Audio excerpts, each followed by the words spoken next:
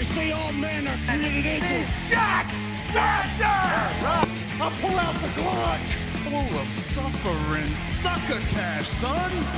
One of your nuts is hanging out of your shorts. Real glass! You have a father, but your father's dead.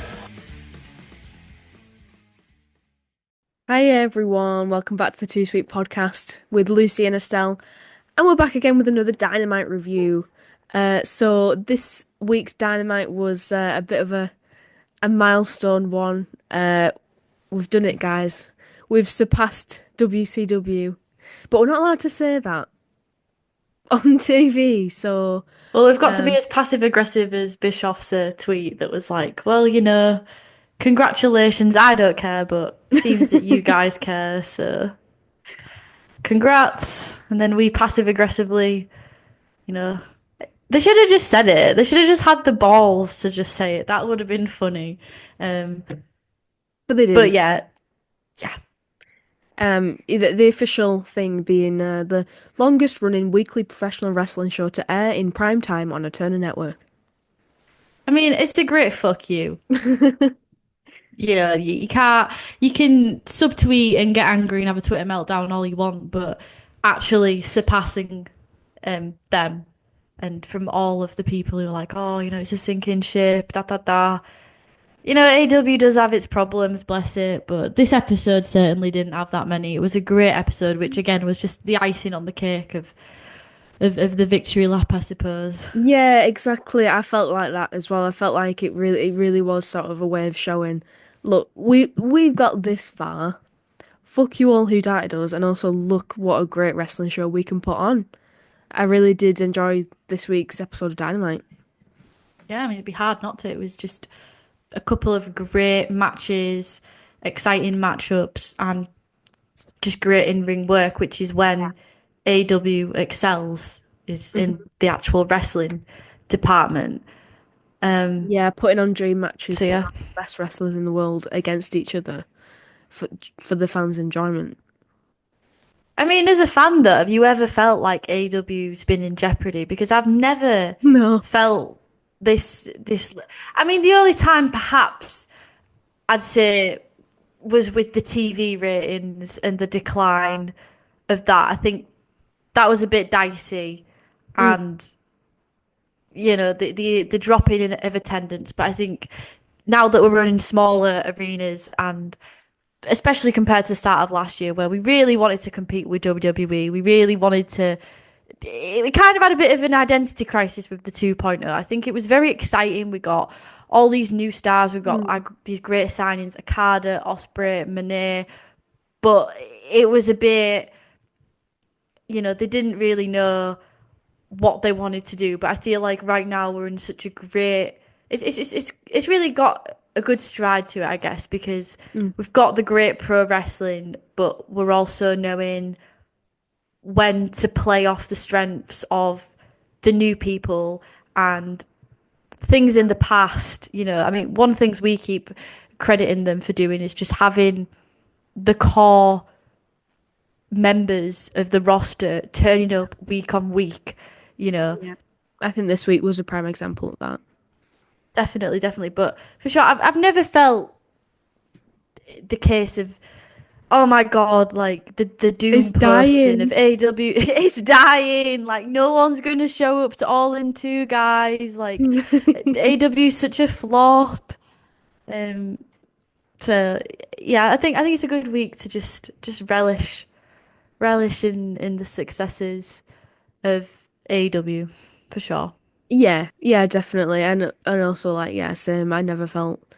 I've never been at a point where I'm like, I'm worried, I'm stressed about the future of AEW. Like that has not been me.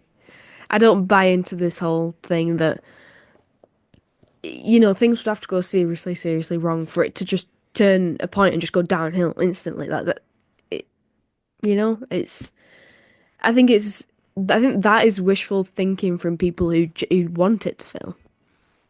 I think the fact that it's survived all the trials and tribulations that it has made it a stronger product. I think he's learned lessons. I'd like to think, you know, the key standouts being, like I said, trying to war against WWE in sort of a TNA way when they went head to head. Especially the booking of the Dynamites that were coexisting with NXT. I think he's learned from that. I think he'll always be a bit people pleaser, Tony Khan. I believe he is a Libra. I believe he always will be a diplomatic lad. But I think he seems to have a bit more of a better balance and pushing forward what's going to be great for the show overall rather than stepping on people's toes. And the whole WWE Netflix deal, that should have really wiped them out. And all the exposure that's gotten, and how much for the casual fans that have been drawn into WWE, and with CM Punk going to WWE and the fall of Vince McMahon and which is for a certain section of the AEW audience why they were with AEW. But the fact that they've now fucked off and there's still a core fan base that not only watch the product but put the money where their mouth is, buy the tickets, buy the pay-per-view sales are still super high. I have no doubt that they'll sell out Forbidden Door, which we'll talk about at the end of the show. Yeah, I think if you can survive all of this, I mean, how can it get worse than some of the lows that we've already had? Yeah, I mean, even getting through a pandemic, that's huge, and that was a really big challenge, right? That for us, I don't want to say it's a small business, 'cause it's not a small business, but a young business, which it still was at the time. That's an incredible achievement in and of itself to get through that and get through the other side of literally a global pandemic which stopped everything. Yeah, definitely, absolutely. And Cody leaving, and one of your founding fathers leaving to then go become world champion and the biggest babyface in the rival company that has the most exposure. I mean, you could list off and list off things that it has survived.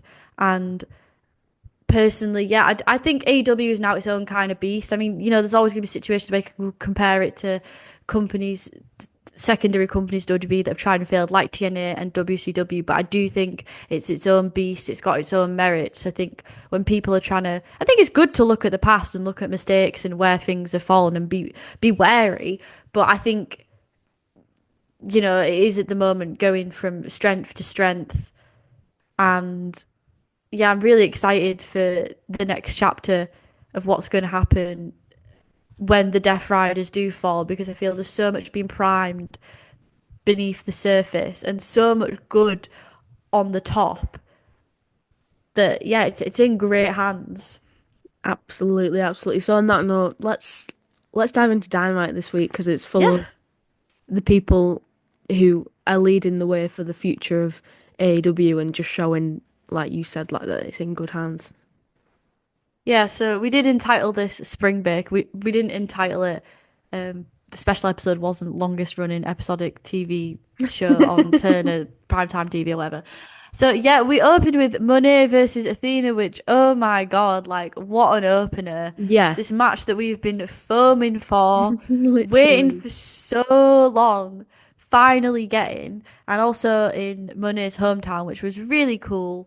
But I also think lent a bit more pressure to Monet, like in kayfabe, especially. Like, I know she's always sells very well and sells that frustration very well, but I thought it raised the stakes for her in character, potentially in real life as well. I don't know, but definitely in character. Oh yeah, that definitely came across. I felt like, yeah, from the very beginning, it was like they were trying to one up each other. They weren't like forcing hatred, even though they sort of had a bit of beef. It wasn't like, oh, this is a personal type of thing. It was more like, I want to prove that I'm a better wrestler than you.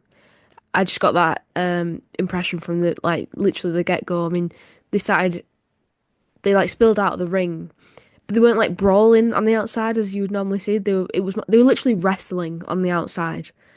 So it didn't. I think it's hard to explain, but like they were just trying to prove, like I've already said, just prove who the best wrestler is, rather than it being like a fight. At least at the start, because then it did get more like violent and physical as you went along. But to me, it just felt like it was very focused on skill and proving, just proving themselves. Yeah, the match sort of took you along that journey, and both of these women are at the heights of their respective roster Yeah, and brands. So yeah, they really sold that need to prove themselves, yeah, definitely. And yeah, I mean, for me, I couldn't have asked for more. It delivered everything that I wanted and then some. It left me wanting more. I was really happy with what we got in this match. yeah. Me too. I feel like they gave it absolutely everything. They Yeah, were pulling out all the stops with quite risky big moves. It was also like very innovative, very like unique spots that you don't often see, and as well like it was so even. It wasn't like that traditional match structure of like, you know, the face starts out really hot as you might expect with, I guess I was gonna say as you might expect with like Athena, especially with her kind of being the underdog, even though she is the top of the Ring of Honor roster. But I think it gave a different dynamic with Mercedes being the hometown hero because she was being cheered a lot. So that's just she had to adapt to that and not really wrestle as a heel, to be honest. So they adapted. sorry, my cat just clawed me. Ouch. They adapted to that really well. So it wasn't like Athena came out the gate like really hot like the face and then she got cut off by the heel and then there was a big comeback later. It wasn't like that at all. But I felt like that made it more dynamic and more interesting. Yeah, And the yeah. crowd I was so do. hot throughout. Oh yeah, the crowd was amazing the whole night. Very, very chaotic Yeah. crowd. I loved the "Let wrestlers kiss more" sign. It felt like a fever dream. Yeah, I feel like the different staging made it feel a bit like that as well. Because the hard cam was at a different angle to usual. It was like above the ramp. So the whole Yeah, thing felt a bit surreal, just very different. yeah. I do feel like as the match progressed at an on-point system, I think it was very even. Yeah, it wasn't a face heel. It was an exhibition of I do one move, you do one move, and we try to one-up each other in reversals and all that, which is very exciting. But I do feel like Athena just got a bit more in. Um, Yes. it felt like not that it was a fluke when Monet uh picked up the win, but again, it just kind of sowed the seeds though for wanting more, and especially like some of the moves that Athena was doing. She's so powerful. The stunner on the outside, the tope that drove her into the announce table during picture in picture. Yeah, it was a really, really physical match. Yeah. Sometimes on the podcast, though, you just feel like you say the same things and they kind of lose merit because you say it. But I do, I mean, it was a highly physical, technical match. There's only so many ways you can describe a wrestling match without repeating yourself. But that doesn't mean that you don't mean it. So yeah, yeah, absolutely. I felt like it was perhaps framed as the most difficult win for Mercedes so far, or at least up there with her most hard fought victories. So I think that it both women came out of it looking very strong and like you said, sowing the seeds for something in the future. Yeah, and the struggle for the tombstone I thought was really fun, really cool. Uh, the free pickup power bombs on Monet that she was trying to get in, and Monet struggled to powerbomb Athena. Um, yeah, and all the spots that went outside the ring. Yeah. And all the spots were given the time as well. This was This was a yeah, a long match that had a match. lot. Yeah, it was a long match, but they gave time in between each move, which Yeah. I really appreciated as well because, caught up in the moment, it would have been sorry, my cat is literally hanging on my back, like it's like having a toddler. He wants to Uh, play. he does. He wants to wrestle, man. He He wants a wants to give his five-star classic. opinions. He wants to let us all know what he thinks of this match. He does. But yeah, it enabled all the spots to fully connect with the crowd, the face off on the barricade to the kick, leading Monet to break the barrier. Just cool fucking I mean, you can't plan on that, can you? Breaking the Yeah. barrier. It was intense for sure. And then, as I said, the quick jackknife pin, and Tony in the stands as well, which was just like, God, these three women in one room. They all, I mean, the crowd gave a Yeah. holy shit chant, I think, and nothing Yeah, even they happened. They were just in the did. presence of these three amazing female wrestlers, as you Yeah. would. That's the Tony Storm effect. Just, I mean, yeah, like you said, the aura of all three of them. I mean, that's true. That's true excellence in this women's division. And I mean, that's not even really scratching. I mean, it is scratching the surface, but that's like just a very small taste of the talent in the roster. So Yeah. I know some people might be like, oh, this match, it's a bit of a shame that it went on a Dynamite, even if it was a themed Dynamite. But I think Tony being there just kind of reminds you that there's so many matchups for Athena in the future that are super exciting. And obviously, hopefully, a rematch for um, a belt on the line would be really, really cool as well, yeah, between them both. Yeah. I mean, as I say, it was everything that I wanted and more, and I was a very happy bunny, happy camper, whatever you want to call it. So then we had Renee asking Hangman about the wild card, Bucks and Okada interrupt, and they just kind of speak for Hangman. They're like, "We accept your apology, and we know you're happy because we cost Swerve, and obviously that was your objective. Um, we can fix the issues you have with the Death Riders. Um, and you're gonna go on to win the Owen, and you're gonna bring the title back to the elite, baby." And then Okada tells Hangman to smile, and then as he's walking off, he's like a bitch. It was great to see Okada back on week TV. Great to see these three together. Great to see the elite together as fragmented as they are. And Okada just had me creasing during this. yeah. He's just brilliant, and he's just brilliant. I think he's got a good point though. I'm not sure if I've ever seen Hangman smile, and I'd love to. Been a few years now. Um, Yeah. But yeah, I thought it was so funny how the Bucks just talked all over him. He didn't. He got like one word out. yeah, just being absolute presumptuous, Hmm. um, dickheads. Hmm. Yeah. Then we had the actual match against the wild card. So it was Hangman against. It was revealed to be Josh Alexander. So yeah, I mean, Josh Alexander. He's had a great in ring career. He has a lot of connections, not only to Don Callis because that played into the ending, but to the Bucks as well. And Big it's in great that he's TNA. in the ring. He had his injury in 2015. He was retired for a good few years, and he was in TNA, and now he's in AEW, and that is cool. But I think there was a bit higher, which is a shame for him. It's a shame for him, I think. But I think there was quite when you say wild card, I think, and maybe it's us booking ourselves into a shoot.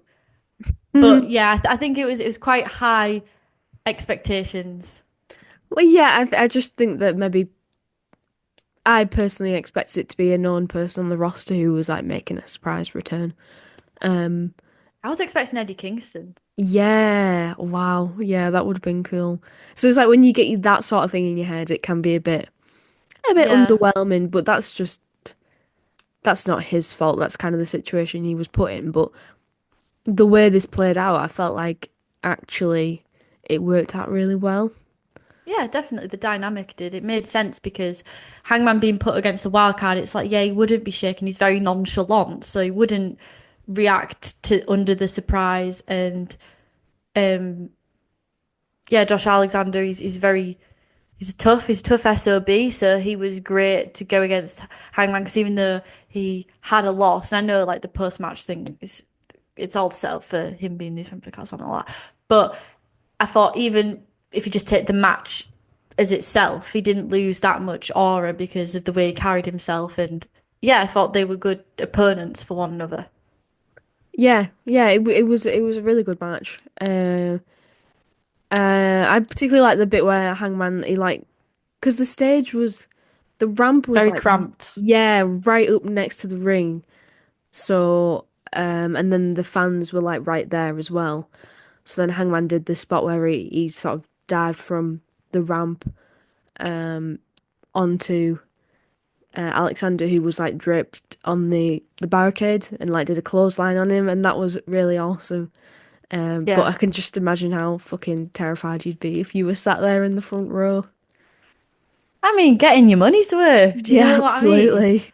Yeah. What is? I know that they had for a while a list of banned weapons that you had to ask Tony Khan for, and he Mhm. conveniently let everyone have. But what is the health and safety regulations of wrestling shows? Because surely, like the people who buy front row tickets should have to sign some form of waiver in buying the ticket. You would think. I'm surprised there's not more lawsuits. I don't know whether that woman who had when MJF came and he threw the tequila over the kid thing, it's what I don't. I think she sued or there was some kind of legal Yeah. issues brewing with that. But you'd think there'd be a lot more, wouldn't you? It'd be I an easy way think to get some money.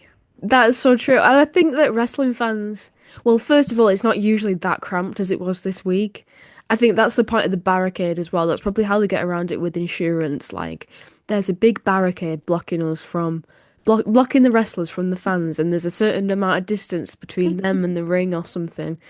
But I feel like wrestling fans probably don't sue because that they want it to happen. Yeah, That's like exactly. how cool would that be if I got hit by my favorite wrestler? Wow. But I know like in the UK in deathmatch promotions, I don't know how they get away with it because they've got like light tubes exploding and thumbtacks flying everywhere, glass, literally shards of glass flying at people. There's no barricade. I don't know how they Yeah. get away with that.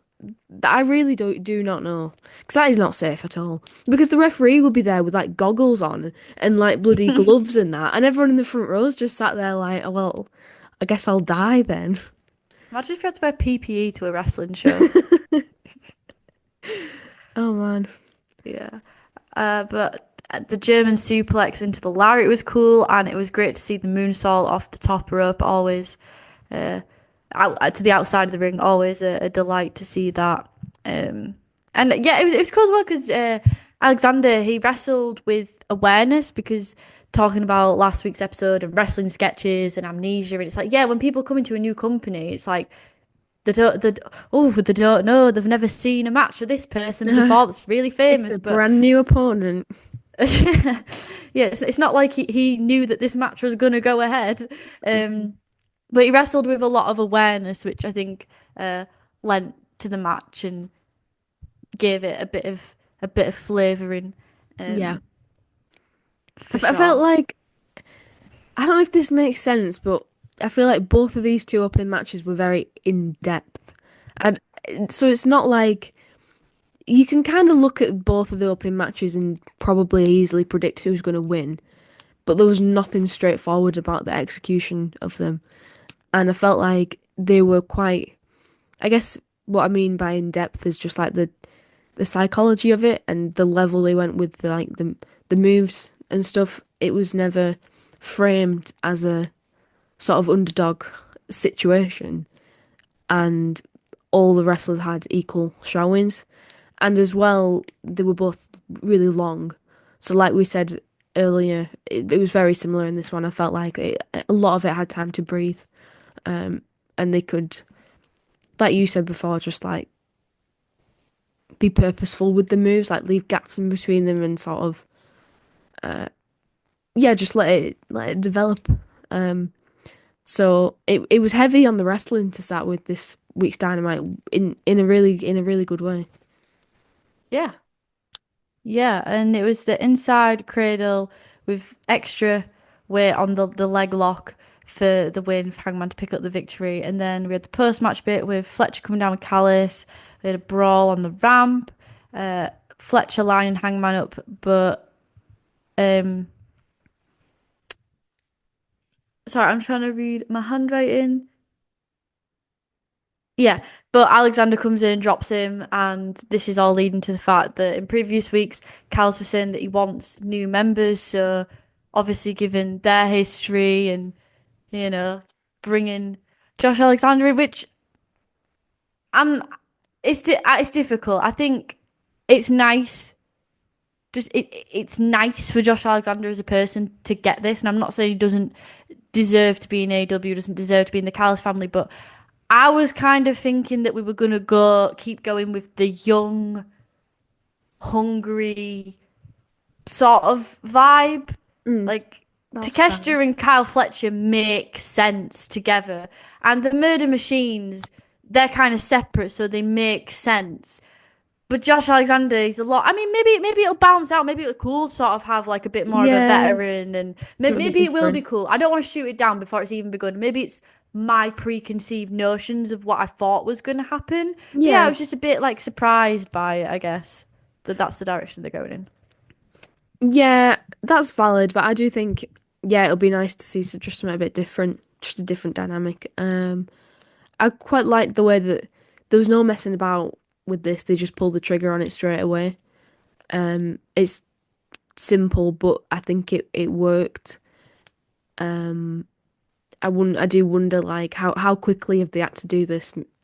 How long have they known that he was going to be the wild card, and then how long have they known that he was going to join the Callis family? Because I think it's interesting to consider that they might have made this decision quite soon and really quickly because of what happened to Matt Davis and the other person who's injured. So the other person, there's quite a few. There's two of them. There's two, Jay White's injured. Orange Cassidy's injured. I mean, in the Callis family. Hook. I meant in the Callis family specifically because there was like a gap. But that's also interesting as well. Like, did they sign him because we need? It's interesting to think about the details of like when this agreement happened, and also when they decided to put him in the Callis family to fill in the gaps that they've got. But I like the way that they just went with this quickly, and you didn't have time to think about it. It's just like, makes sense. Normally you have time to think and, this is predictable, this is going to happen. But he did pull the trigger on it fast, and it added to his momentum. So let's see what this new dynamic will bring. Then we had the patriarchy backstage with Nick Wayne, Kip, and Shayna. Nick's kind of saying his piece. He's like, the patriarchy hierarchy. The patriarchy has a hierarchy that is led by the father. But if the father disappears, cue Christian Cage coming into shot, and he's like, Daddy's home, Nick. So then Christian says his piece. He's been watching from afar, and he says... because Nick Wayne had been saying, I know why you didn't follow the plan. And he's like, well, why didn't I follow the plan? And he's like, you couldn't face the fact that Cope would be champion before you. And then Christian's like, you know what? You're a bit out of line, but I like the flame. I like the fire. There's a bit of hunger going on inside you, so that's good. So I've procured you a spot in the Super Juniors, which is exciting, an exciting opportunity for him. Keep his momentum up. He's going to be facing Commander at Collision, and he wants him to bring the title back, and then kind of does a bit of an aggressive face tap. So the cracks. Aggressive face tap. I don't know. I want a slap. He didn't laugh. Well, I don't know. It was like a tap, like a loving tap, and then it was like, I thought it was reenactment. Well, I feel like he went to do it sort of like a loving tap, but then the way that Nick Wayne reacted to it was like he slapped him, and then his mum was there like, oh my god. So an aggressive tap. I mean, obviously, Cope and Christian either teaming up or whatever is the end goal out of this, but I really hope, and the fact that they're really putting Nick at the forefront, I really hope he gets a good push out of this. It would be nice if they do the Cope Christian thing and turn Christian face, because we haven't had face Christian for God knows how long, and if Nick Wayne could be heel. I mean, I just really hope he gets some good momentum out of this, because it would make sense, wouldn't it? Oh yeah, he deserves it, and also he is brilliant, but with the push he'd be even more brilliant. Yeah. So then we had an FTR video package just recapping what happened on Collision. So we're going to talk about that. I did make some notes because I had a lot of thoughts about this. A lot of thoughts. A whole lot. This didn't make sense. Oh, right. Okay. This didn't make sense. These so are I'll talk. All right. So bloody Cash is there, and he's like, "Oh, it wasn't premeditated." Mm. Um, he's yeah, he's like, it wasn't premeditated. Um, and then he was like, Cope, he's been my mentor for longer than I've been friends with Dax. And then they bring this story point in, which makes no sense, which is that Cope's been backstage politicking. Why do we need to introduce this? Like, it's very. I just feel like this is just quite convoluted because I don't know. Like they're trying to make it like even more of an edgy shoot by being like, "Oh, Cope, he's been trying to sabotage our career backstage," but that's never been a story beat before this point. No one's even thought that he was like sabotaging your career from backstage, and he's like, "Oh, I'm not a helpless kid anymore, so I don't need you to help me." I will say the delivery was very convincing. He was fired up. Yeah, Then yeah, that's true. Then he's like, "Oh, we've had 4 months with nothing to do but be with Adam Copeland." I'm like, well, that's quite exposing, to be fair.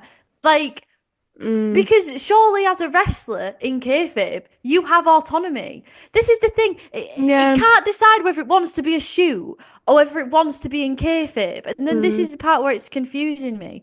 He's like, "Oh, we're his new edgeheads, and he was selfish. He wanted to put our career on hold for the world title." But he Mm. literally said, "Let's go after the trio titles." So that makes no sense. That's a very good point. Yep. It makes no sense. And then the latter part was very cool, I will admit. Tony Schiavone was chatting mad smack post that segment last week. So they were like, "Come on then, Tony." And Tony was like, "I'm going to get in the ring." And Nigel sold this Oh amazingly my as well. He was God. like, "Tony, don't Oh, go in I the ring, man." love him. I love him. I love these two so much. Like, it's one thing to be a good commentator, but it's another thing to be a good actor. And I feel like both of them so Very convincing in convincing. this. Yeah, convincing, yeah. Our one brain cell kicking in there. Yeah. Yeah, so Tony does get in and he's like he sticks by his guns. He says his piece, including about his daughter, which obviously, oh, that's the axe. He couldn't take that. Nigel steps in when FTR start to square up, and then Daniel Garcia comes in, but FTR push him down. Uh, yeah, and then Daniel Garcia helps Tony Schiavone, and I just don't get it. But you know But what? then Like, they went on to have a match, didn't they? And like yeah. Danny was like supporting them from the outside, right? But he's oh, am I lying? Because No, full Daniel. full disclosure, I didn't watch this collision all the way through. I just watched the highlights on YouTube, which may have been in the wrong order. Um. Oh yeah. So yeah, I'm sort of lying, but I'm partly not. So they had a match later on in the same show, but not straight after. And Garcia was out to watch. He wasn't really on anyone's side. It was against Daddy Magic and Angela Parker. So yeah, Which I think is fine, right? Dan Garcia stuff, fine. I mean, I'm not really liking how they're using him at the minute, fine. Tony Schiavone, excellent. yeah. My point being, though, their whole argument is so big, and not in the way of like, oh, they're a self-righteous heel. Like, It makes no sense. it makes no sense. And the thing that really pissed me off, like I say, was the whole, oh, Cope's politicking. I'm like, Yeah. no one has ever said that. No one has ever brought that up. It's just weird. It's just weird. Yeah, They I didn't need to didn't. do all that. They didn't need to be doing all. It could have just been like, "Oh yeah, Daxy's been my mate. We're brothers. We're lovers. I shave his back. He shaves mine, and all that shit."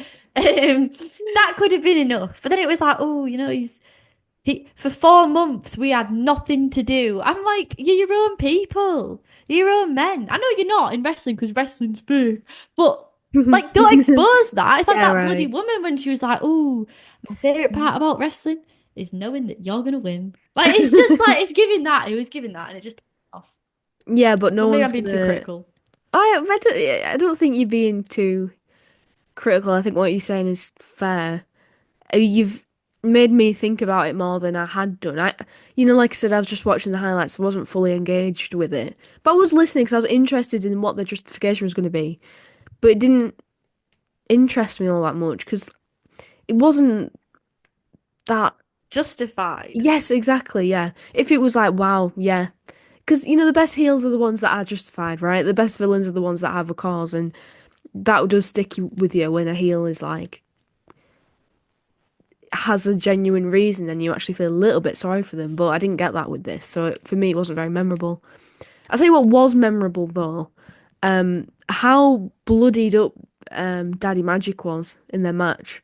I don't know if you saw. He was Yeah. drenched in blood. I mean, Jesus Christ. Obviously, just got bust open a bit too deep there. Um, but yeah, they were building up sympathy, weren't they, with Dax being sort of the singled out one, and Yeah, then kind of obliterated it. But that was cool because it was like, oh, shocking heel turn, and I had intrigue, which is part of the reason why I wanted to watch Collision. And then I guess we'll just see what Copeland's response is. yeah. I just, Well, he'll probably just say something yeah. like, I only wanted to help you guys and you stabbed me in the back and I thought we were friends and now I'm sad. But I'm gonna beat the shit out of you and beat some respect into you and then that'll be it. Oh, That'll oh, be it. you should be a writer at AEW. Adam Copeland's personal writer. Oh yeah. A generic response to heel turn number one. Then we had the tag match. We had the Gates of Agony against the Hurt Syndicate. This was another, in terms of physicality, I don't know how to describe it. Another matchup where the Hurt Syndicate are going against people of of a similar size, Yeah. should I say, which made the selling feel realistic when the Hurt Syndicate were getting beat up, and it made the offense loads of fun Yeah. on both sides. This was just a really easy A to B match, easy Yeah. watch. Yeah, it was. It was entertaining. It was big meaty men slapping meat. Yeah, yeah, that analogy. Um, yeah, I enjoyed both of the spear spots, the spear spot that closed the match and the blind spear spot Oh my God, that was outside the ring awesome. was pretty fun Yeah, as that was so well. cool from Lashley. Um, I'll tell you what my favourite part was when I think it was Lashley, although I'm not sure, but he threw Bishop Khan into the announce desk and him and Excalibur just disappeared into the ether. Like it was like a magic trick. 1 second they were there, 1 second they were gone. Because like it wasn't, I don't think like it was planned. So the commentators didn't get out of the way. MVP was like egging him on to do it. And then suddenly he threw him out of nowhere and like the announce deck sort of it didn't break or anything, but the top bit, it sort of Yeah. fell over on top of him. So Excalibur was on the floor and it was hilarious. And MVP was corpsing and I was corpsing. It was brilliant. Yeah. It's a great entertaining match, but obviously it's the post-match segment that this was designed for. So we had MJF once again coming out to proposition the Hurt Syndicate. He says, I have some talent and brings out a group of very, very beautiful ladies. Lashley's face was taking me out. I found it so funny. His nose, he looked so angry. Like, talk about good acting. Like he just looked furious. It was so funny. Well, I just found this controversial. A lot of people didn't really like this segment, but I found it really funny. Like I just like what's not to like? It's just a lol. It's I just a mean, just a lol. yeah, maybe Lashley's a big feminist and he was offended. Yeah. I said I found it. I didn't hate it, but I did find it a little bit offensive. I was like, well, okay, That's well, the yeah, but he's a scumbag. That's the point. I Like know, he's a heel. I know. Well, it's like we're bartering with women. It's a bit outdated, isn't it? Like, have we Well, that's not? the point. Oh, I know. It's a point. Yeah, I, I'm not gonna try and like cancel AEW or MJF over it, but I don't know. I feel like we could have achieved something similar without the sexism, but you know. It's tough. It's a tough line, though, isn't it? In wrestling, is where do you draw? Like, where is it just a heel being a dick, Yeah, and where is it kind of glorifying it? Because yeah. when it kind of becomes cool, and I guess this was like a cool segment, then I guess like you could make an argument for it. But I think it's a bit of a grey area, isn't it? It's a bit difficult. But yeah, we're back to the free thumbs up, which is so funny. It's just this whole thing is just really popping me. You know how big the pop's going to be when he finally gets his free thumbs up. Yeah, I know, I know. I guess yeah, that's going to be the payoff, and you can tell the fans. I mean, the fans here tonight were cheering MJF, and they were booing when he got a thumbs down. So they're very much like behind him. So you feel like the payoff is going to be when he eventually gets the three thumbs up. But I guess if you deep it, it's kind of like Max is trying to pay for approval, Yeah, whereas he just that is exactly what's but going like on. it's probably going to be when he's just when he just bees himself and when he like proves his value to them in a different way, when he proves that he's a good human being, that they're finally going to give the thumbs up, and he forgets about like the material things like that. You know, you can't win someone over with money. Just It's makes going me to be a feel like, wholesome ending to the Hurt Syndicate. well, maybe. Well, I think maybe they will let him join. I feel like that is going to be the payoff, them letting him join, because I feel like that's what people want. So I feel like ultimately that's where it has to end. But then I don't know what will happen after that. Probably he proves them right the whole time by being an asshole. But it just reminds me of like it just reminds me of like a playground situation, and this rich kid really wants to be friends with the cool kids, but he doesn't fit in, so he's trying to impress them by how rich he is. Yeah, all the bravado. I mean, a lot of people have been fantasy booking though that because Cedric Alexander, he's got a month left on his contract Mm. release clause. That this is holding off to let Cedric join the Hurt Syndicate. But But, oh I right, don't and then know. go nowhere with MJF, just a stalling tactic. Yeah, like people think that MJF isn't even going to join. Valid. I mean, yeah, maybe. I mean, something's got to happen, like even if it's a match. Don't know. Yeah, I don't know either. But yeah, he's like to Shelton. Oh, Um, what do you think? And he's like, I need more time. I want the watch off your wrist. And again, yeah, it's Yeah, it's very degrading to Max, yeah, but he doesn't care. Like he doesn't have the self-awareness to see the full situation of what's going on. Or either that or he just doesn't care. But I don't think he realizes that they're now kind of in on it and they're kind of seeing how far they can sort of exploit him.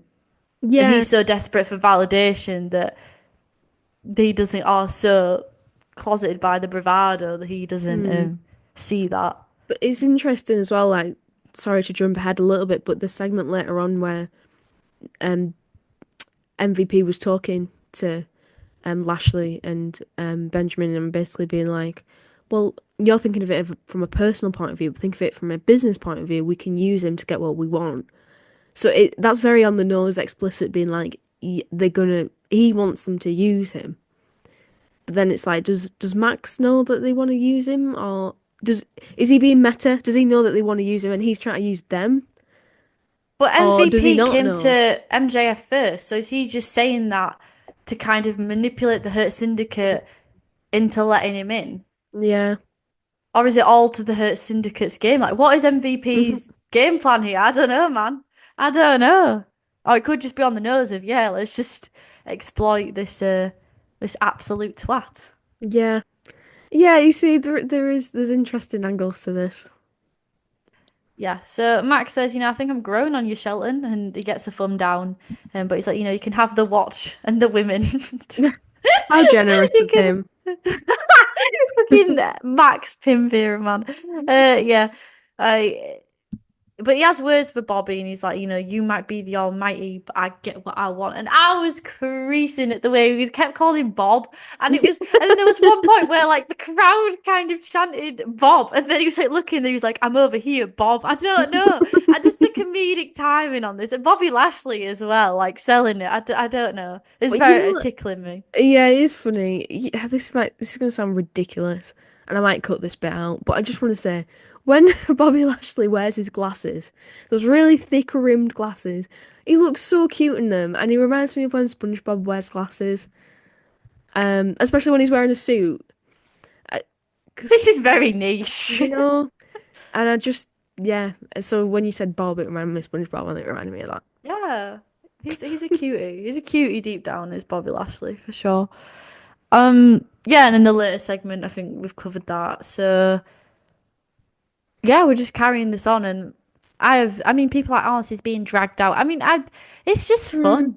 It was like 5 minutes of TV time. Yeah, right. Like, it's just a lull.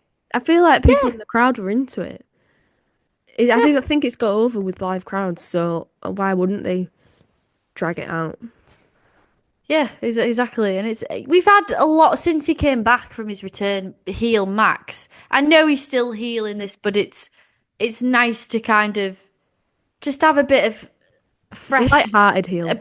Light-hearted, a bit of a breeze, a bit of a break from all the breaking Daniel Garcia's face, and I'm the alpha wolf, and I'm so mean and angry. It's just less a bit of pause on that. Yeah, less angsty, a bit more crack-fic type thing. Yeah, this is the beach episode. Then we got Ospreay versus Konosuke Takeshita, which he picked up the victory against Tanahashi at Windy City last Friday. It was a good little show that New Japan put on. So this is going to be one of those matches where sometimes with this type of wrestling, it's like you just have to put the pen down and not try to write down every spot and just enjoy it. So I just really, really enjoyed this match, especially the closing gear. So, I don't have loads to say about it because I just was really trying to just sit and absorb and enjoy it. Yeah, because it was very, very, very, very, very good. Yeah, it was, and it lived up to the hype that it generated for itself just on paper. It's like you don't really need to. There is like story build to it with the Callis family and stuff, but that's very subtle, not in your face. You don't need to build up for a match like this. It just speaks for itself. Kind of similar with Mercedes and Athena, to be fair. It was just absolutely epic. It's just adding to the list of epic matches on Dynamite this week.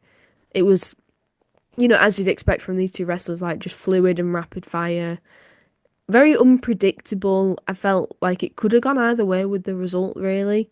So I was really interested to see who was going to win. There were so many near falls. Like, so many times when I thought, oh yeah, that's it. Like the Styles Clash, for instance, that Ospreay hit. And that was very close to count. I loved the sequence towards the end where they were hitting each other with each other's finishing moves, but then they were kicking out at one. It was, and to your point about like not being able to write down the spots and stuff, like I just can't. It's like my eyes couldn't process it. Like I was seeing it in my brain. It's like in slow motion. Like I can't even begin to comprehend what I've just witnessed because it was so. Yeah, it was just really fast. And a lot of huge spots.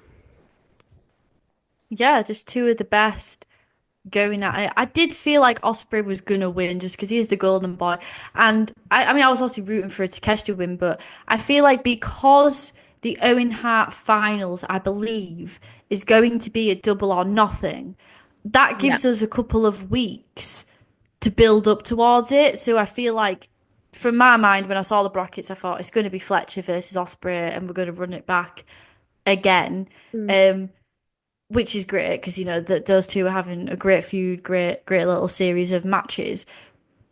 But I feel like the storyline, then I feel like they're going to kind of want some storyline to cover over the weekly TV leading up to Double or Nothing. Yeah. But I don't know. I don't know. Yeah. It's interesting. I don't know. I don't know either. But with Takeshita as well, yeah, I think with all of his matches, you always feel like he could win, even if like Yeah. he's probably not going to realistically because he's so good in ring and his selling and execution and offense and he's just incredible. So yeah, he always does draw you in, but no matter how many losses he does rack up, it never interferes with his aura at all. He Yeah, just right. is plateaued, which is one of the great things about him. Yeah. Um yeah, just as I said that it was tense as hell the third act. Um yeah, and it was a Stormbreaker um for the win. I also thought it was great to see the Sky Twister early on in the match. I don't really tend to see that pulled out that often now. Man's getting a bit old. Um but yeah, it was just absolutely fantastic. Absolutely fantastic. And Yeah, simple as just a fucking go watch great it wrestling if you haven't match. watched it. Yeah, no notes. 10 out of 10. Then we're going to move on to the main event, which was Death Riders versus Joe and Shibata. You had two fallen soldiers in this. We had Pac, and then we also had Hook. Yeah, what's happened to Hook? Do we know? Have I missed something? We done. He was throwing up post match. Apparently not a concussion. Not sure Throwing what's up? going on with him. Yeah, throwing up post Oh, match. So oh damn. Yeah, because they said right at the top of the show, didn't they, when it first started, like Hook's not going to be in this match because the Death Riders attacked him. He's in the hospital, and Taz is also with him. That's why he's not here too. So, I, yeah, you're very much in the dark about the whole thing, weren't we? And we didn't know who was going to replace him in the match, if anyone. But and it was Will Hobbs. Oh my God. I just have such a little soft spot for Will Hobbs. Now I don't know why. I've just got I just got like a little little connection with attachment. him. Yeah, I just love him. And it was great to see him and he really fit in with the team of Joe and Shibata. Yeah, he He's a did. force to be reckoned with. He looked great. Coming in with the entrance in ring, he was absolutely popping off. But yeah, I thought that this match was nothing flash to start with until like all the other proponents kind of kicked in. It wasn't like the chaotic trios matches that we'd seen with the God, I can't think, the Death Riders and Rated FTR. It wasn't a chaotic multi-man. It was very going through the motions until the ending, It's so hard which to is fine. follow the match that they had to follow though. Like that was Yeah, yeah, really yeah, yeah, yeah, that was a yeah, steep yeah. ask. But yeah, there's nothing particularly wrong with it. But yeah, I agree. It wasn't particularly exciting either. And also following Takeshita Osprey, Yeah, exactly. those two things in turn with one another. But yeah, we had Mox getting the chair, and then Willow coming down with the chair, because obviously prior to She'd been killed, absolutely killed by John Moxley, because apparently she can't take his finisher without nearly dying. I did find that yeah, whole thing very dramatic, I have to say. I don't know. I feel like we did talk about this, but just to reiterate, yeah, very they go dramatic. home, sure. So yeah, it was great to see her come down and disarm Mox. We had the Bucks coming down, but then we had Swerve coming out. So this is when the match was highly exciting. We already had like Will Hobbs incidentally coming out, but it was just like who's coming out next and all Yeah. these different people. The numbers game. You were planted on the desk by Hobbs, Shafir using the chair on Hobbs, but Willow intercepting her, which is, promising that we are still going to get that match, Oh, hopefully. I'm fucking done getting my hopes up. And then, as everyone's sort of taken out, the Coquina clutch is put in, and Mox just goes out. and it's the match is done, Yeah. and it's like they've won the trios belts, which we both predicted, but I would not have predicted Mox going out. I did not I predict know Mox that getting the pin or the tap Well, or the that's passing out, whatever you want to call it. yeah, exactly. That's the first thing that I was shocked about. I was like, "Oh my God, Mox is out." It didn't even really click to me, oh, they've won the championships. It was more shocking that it was Moxley who took the loss. Yeah, and by Joe as well, who isn't going for the world title or anything like that. Yeah. It was it was shocking. So the Especially, Ops are I now think, trios champs. sorry, I was just gonna say, No, no. especially because that's kind of the way Moxley would take people out himself with Yeah. with a choke, have them pass out. So for him to be victim to that himself, I think obviously I know it's how Joe usually finishes a match, but do you know what I mean? Yeah, I've never really thought about it, but I guess it's kind of poetic in a sense that he uses the choke because they choked Danielson with the bag. And I've never really made that connection, but I just made that connection just there in my mind. Mm, So yeah, maybe not flashy, it's just effective and really, really mean. Like a really mean way to end a wrestling match, literally just suffocating someone until they pass out. yeah. Yeah. So the Ops now trios champs. Hobbs, I'm guessing, is gonna continue being an honorary member of the Ops. And then it just kind of descended into lunacy for me, but in a funny way, because Ospreay comes out with an ice pack on his head, shaking a bottle of champagne. Yeah, And then like a bunch sure, of why people come not? out from the locker room, which some of it made sense. Like, yeah, Ishii, you know, with conglomeration. Speedball, okay. Then it was like Evil Uno. I'm like, what the fuck are you doing here? Like, it was just bizarre. It's like, woo! Yeah, happy Very beating jubilant. WCW Day. Yeah, jubilee. It was. Fuck you, Eric Bischoff. This is the army we're sending against Bischoff, but yeah, I mean, it was nice to end on a high, unexpected for sure. I mean, you just didn't know what. I mean, I just didn't know what to make of the whole thing. I couldn't believe I Mox know. had gone out, and then now Osprey is just—he looks out of his mind. He's Yeah, like, he's just ooh, like, appeared. no brain cells in sight. Like, what's Evil Uno? I don't even know who else was there. Just saw a whole host There's of. a lot of people, yeah. I thought it was just very It's like they went into wholesome. catering. They were like, was Right, it even he planned? wants to I be on feel like TV. Osprey Come was on. like, I feel like Osprey was like, can I go out? And then he was just like, who else wants to come out? Yeah. It was Come on, just everyone, let's go. bloody daft, bloody Looney Tunes. But yeah, it was a great show. I mean, there's not much more you could really ask of it. I was thinking Yeah. in the 9 ballpark for a rating. What about you? Oh yeah, I totally agree. Yeah, Okay. 9. I mean, maybe even a 9.5. I really enjoyed it. And you know, Shivani said right at the end, he was like, "Words to the effect of it's a celebration tonight. Thank you for joining us." And I did get that impression from the whole show. I feel like it even had like sort of like mini pay-per-view energy. I know it was a special. I feel like it really lived up to the special, sort of, you know, the moniker of that.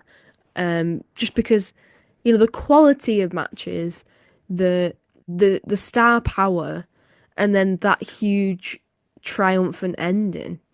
It was, yeah, it definitely felt like a celebration. I really, really enjoyed it. So, yeah, let's go with a 9. I'm happy for a 9.5.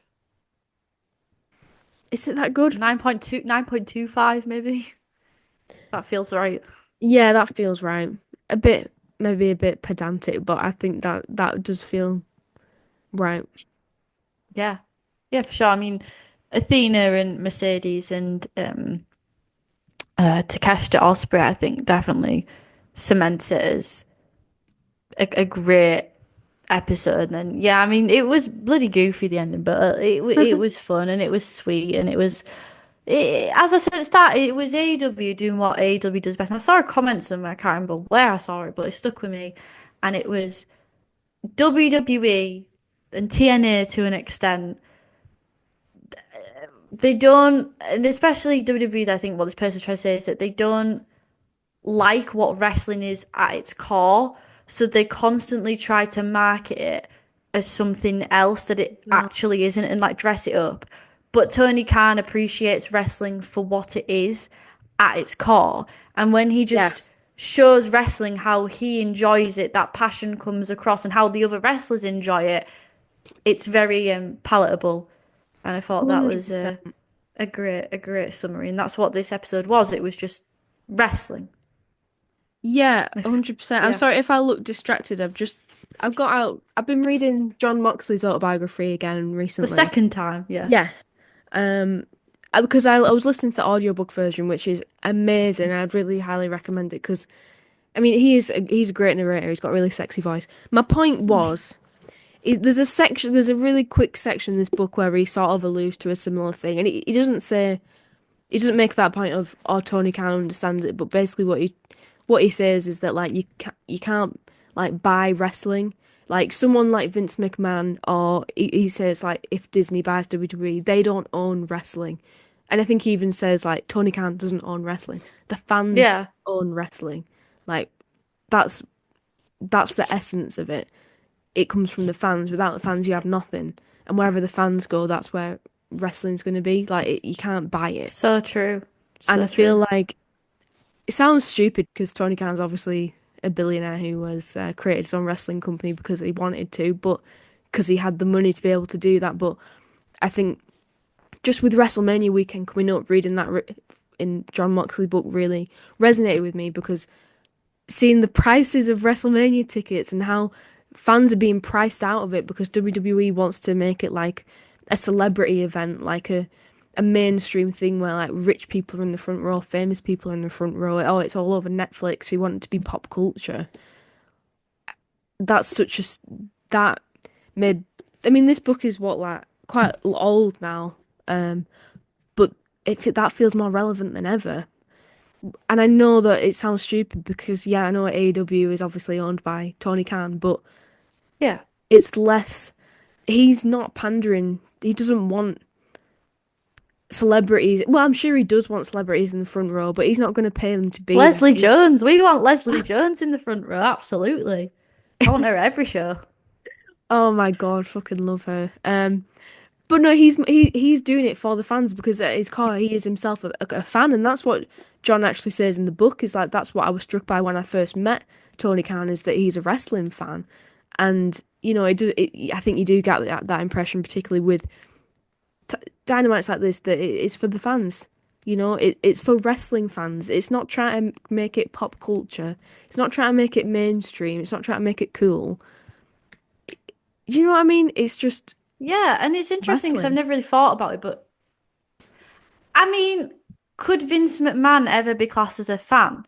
I know, especially in that documentary, they Right. kind of went on to, he had a wrestler that he was fixated on, but it was Yeah. more so the power and control that that wrestler was exerting as a heel that he was interested in. And really, Yeah. of course, he had some fanfare about it, but I think it was the business side of things and the money and the power and the control that appeals to him. So I guess it's kind of the intentions of whoever's running the show is going to have an impact on what is presented to you.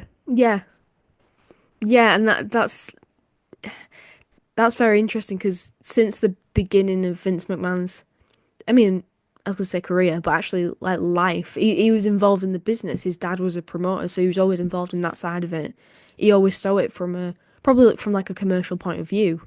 Yeah. Whereas, And that was great because it helped him to grow it as big as it did. yeah, And great helped him to businessman. make, yeah, great businessman. You But can't, you can't fault him there.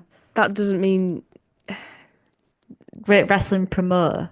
yeah, right. Because it kind of hit a point where, yeah, you've achieved your goal.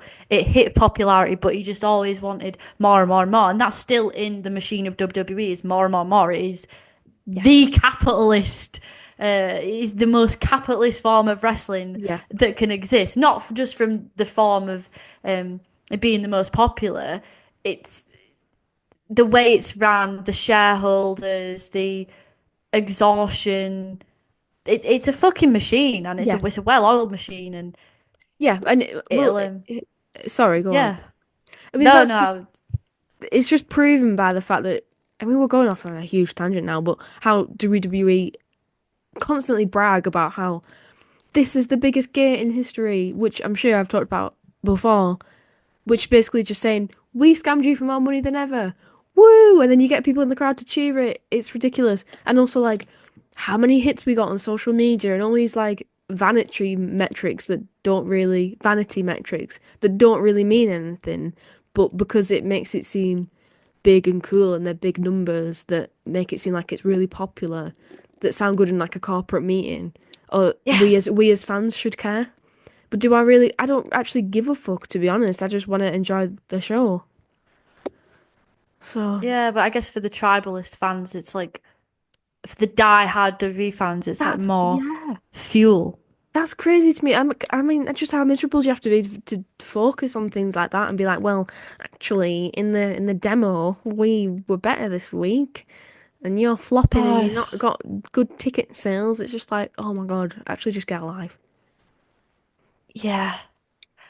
Yeah, I mean, my opinion on wrestling has like changed through like time, definitely. And Yeah. one of my, we are going on a tangent now, but one of my favorite things about my favorite wrestler, Kenny, and why he's my favorite wrestler is his opinion on wrestling as an art and not commodifying it. And he never conformed throughout his whole career. He's always done it his way. And that's something that like I respect him for. And Yeah. yeah, it's about AEW as a whole. It's about doing it their way Yeah. and not for. Obviously, it's a business. It wants to make money, but I think if Tony Khan Yeah. really wanted to make more money, he absolutely could. But he's not willing to back down on his vision, which is good and bad. Um, Yeah, I feel like I could be wrong, but I feel like he's got good integrity in that sense. Like he's not gonna like I don't know, like back down on his principles, which is I'm a wrestling fan and I want to put on a great wrestling show. I want to create a a product that I personally enjoy, and he's not yeah. willing to sacrifice that. But speaking of commodifying wrestling and expensive tickets, Forbidden Door at the Yeah, O2 holy shit. And confirmed this Dynamite and week. Collision in Yeah, Glasgow. that's Oof. huge. A huge Dynamite and Collision taping in Glasgow as well. A couple of days before Forbidden Door, which is going to be at the O2 in London, which we suspected but hadn't been confirmed up until recently. I was starting to get a bit concerned about that, but yeah, that's just been announced this week. So, and tickets are going on sale in 2 weeks. So we're going to be in the trenches God damn. fighting everyone on Ticketmaster for them tickets. Yeah, we've got our accommodation booked in London. We're ambitious. We think How? we think we're Yeah, gonna secure tickets. we're manifesting it. We're speaking it into existence. So how exciting! Yeah. It Massively feels exciting and feels real now. Feels like it's actually going to happen, and we can start getting excited for it. well, it just gets more and more real, doesn't it? It's like you get tickets and it feels more real, and then you get they book the trains and da da da. But yeah, I mean, it's a huge step up from last year when they had the Collision tapings in Cardiff, but now they're going to have Dynamite tapings. I believe it's all in one night, so I it'd think so. be Yeah. good value for your money. I don't think at this point in time we're gonna go. I mean, I Probably guess not. we'll see. Probably not. It's quite an It's expensive do going to London, and it's quite yeah. far in Scotland. I think it's good that like they've covered both Yes. spectrums. I think if it had been in Manchester, for me, it would have been a bit more feasible. Yeah, But for sure. Yeah, it was like two opposite yeah, ends of the country. If someone watching isn't familiar with UK geography, like Glasgow's in Scotland, which is very far north. London's very far south. For us, we're sort of somewhere in the middle. So like getting to London's a trek for us, isn't it? And yeah. equally getting to Glasgow would be a trek. But I'm sure it is doable. I'm sure some diehard fans are going to do it. Oh, I'd But love to, if money want an yeah, object, I'd exactly. absolutely love to do it. I wonder, it's for Forbidden Door, so like who the hell's going to show up and what kind of interactions are you going to have. The venue of the O2 is pretty exciting as well because it's smaller than Wembley, so I feel like you See can't really people more get up a close. bad seat. Yeah, exactly. See people more up close, which is it's just so freaking exciting. But yeah, it's just the dread of how much are the tickets going to cost because demand is high, so Yeah, they can that's kind of charge whatever they want. yeah, that's So I don't my know. Maybe we will be commodified. I don't know. certainly. That's my anxiety about it is like, I don't think it's going to sell out like imminently. Sort of, like some concerts I've wanted to go to that have sold out within seconds. I don't think it's going to be like that, but I'm just worried about how I think expensive it's it's going going to to sell be. out. I think it's going to sell out. Yeah, yeah, Maybe I on the don't day know. off. It's Yeah, Forbidden Door, isn't it? It's a different yeah, cat. It's like it's got an even new, fresher angle on it in that you're going to see New Japan stars. yeah. Um, which, speaking of, just like let's segue into it. I just wanted to talk about how Naito and Oh New yeah, Japan have chosen not to re-sign his contract, and his activities in New Japan, I believe, will cease on the 4th of May, which to me is just absolutely shocking. I mean, Okada leaving was shocking, but Naito, but it's not even to say that like he's even going to go on anywhere I, else. I I know don't The think Rock was he wearing like is. a New Japan top and he put it on Instagram. So Yeah, I mean, but that'd be absolutely like, insane if he went to fucking WWE. Can you even imagine? I know, but hasn't it? He's got eye problems, hasn't he? He's had a lot of surgeries. I I knee. don't. He's Yeah, very banged up. I'm not sure if he would pass the medical. To be honest, I feel like he just deserves to retire peacefully. To be honest, but I agree with you. It's very shocking. I think that's kind of what's happening. It's all assumptive, but I think he's pretty banged up, and New Japan, they're just kind of like, they realise there's not much left in the tank, and I think he wants to kind of continue in the main event scene, and they're kind of like, no, maybe he's kind of like, oh, actually, um, you know, you're right, but it's a real shit. I absolutely love Naito. He's one of my day ones. He's been an absolute lifer for New Japan, and I was really hoping that with the crossover in August we'd be able to see him. But if I his know. activity is ceasing in May, and he's not, you would assume not continuing on anywhere else. Yeah, Uh, yeah, this is kind of where we draw the line. So yeah, just pretty shocking news, I think. yeah. It's shocking. It is. It's sad, isn't it? In a way, but hopefully, all the best to him. Hopefully, it's what he he wanted. Yeah, speaking of people leaving, Mariah May, her contract has been up in the air. Apparently, she only signed for 2 years. Yeah, And people in WWE and AEW believe she's going to the Fed. Meltzer reports it's 50-50. It is very 50-50, it seems. She was a huge WWE fan prior to yeah, AEW. Lots of posts, lots of fanfare around there. But yeah, I mean, she's someone who's gained a hell of a lot of momentum from AEW. I mean, I don't know, maybe she'll go the Jade Cargill route and, she will have success. I think she'll have success wherever she goes. She's a hell of a yeah, talent, but it will be a real shame to see her go because I absolutely love her. She's my favorite female wrestler that's active on the roster right now. And, yeah. I think she's built up so much momentum in AEW. I think it's brave to go to WWE because it's like you've already established yourself in AEW to go to WWE where, you're going to be in a big pond. You're not so much in a big pond in Well, AEW. It's going to be hard to prove herself. But yeah, I mean, we'll just have to see what happens there. well, I think all power to her because I feel like she's got the leverage because she's such a big star. I feel like she can really. I feel like it's just her choice. Like maybe who offers the most money. Like where does she want her career to go? And I love that for her. I love that for a female wrestler. I Yeah. love that for any wrestler, but especially it's nice to think that a female wrestler would be in that position specifically. I think you're right. I think she'd succeed wherever she goes. But yeah, it's interesting. It's worrying for AEW because she's such a big star and it's such an asset. But I've And how strongly they've pushed her as well. yeah, they've invested a Um, lot. but she's very young. So it's like, Yeah, it's not like, oh, this is, like when Kenny did his re-sign the books, like this is where I'm spending my twilight. It's like she could fuck off to WWE, she could fuck back to AEW, she could do yeah, AEW, keep building up a stock, and then go to WWE. She can do whatever the hell she wants. World's a oyster, yeah, and I say she's going to get a fat paycheck at the end of it, and she absolutely deserves it because she is a star. yeah. Exactly. Spot on. Any other news?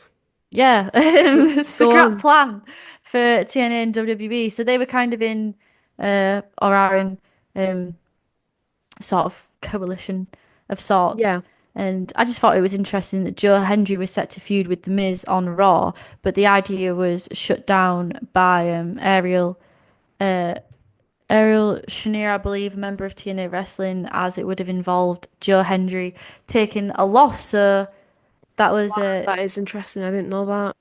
I've not heard interesting that. that they felt like The Miz needed to go over. It's interesting that would have been very viral and pulled great numbers. Yeah, I think it's quite wild that they felt the need to protect The Miz in that. But I feel yeah, like it's all well and good fun. doing like a collaboration between TNA and WWE. Collab. But yeah, but when it comes down to, you know, because mainly, TNA people getting the rub, that's when yes, it's like, oh, we don't want to do that. Yeah, you yeah, can come onto our show and lose and get some, but you're winning because you're getting exposure. But you want to yeah, go over like this person that's going to have zero impact really in the long run if they yeah, lose a feud. No, yeah. no chance, mate. No chance. When when it comes down to like who's gonna go over and who's really gonna benefit from it, I feel like it gets very, very messy. And if that's the case, then yeah, that's clearly happened here. That's clearly a case in point. So interesting. Yeah, Well, that's it. anymore. That no, no, that's it. That's it. Well, thank you for updating us. And I mean, that's been a lot of fun. We've ran down a lot. Great episode of Dynamite. 9.25. Do let us know in the comments if you agree, what you think about all the news that we've just discussed. Are you going to get tickets to Forbidden Door? Let us know. And yeah, leave a like, subscribe. I must bid you adieu, goodbye, and good night, bad.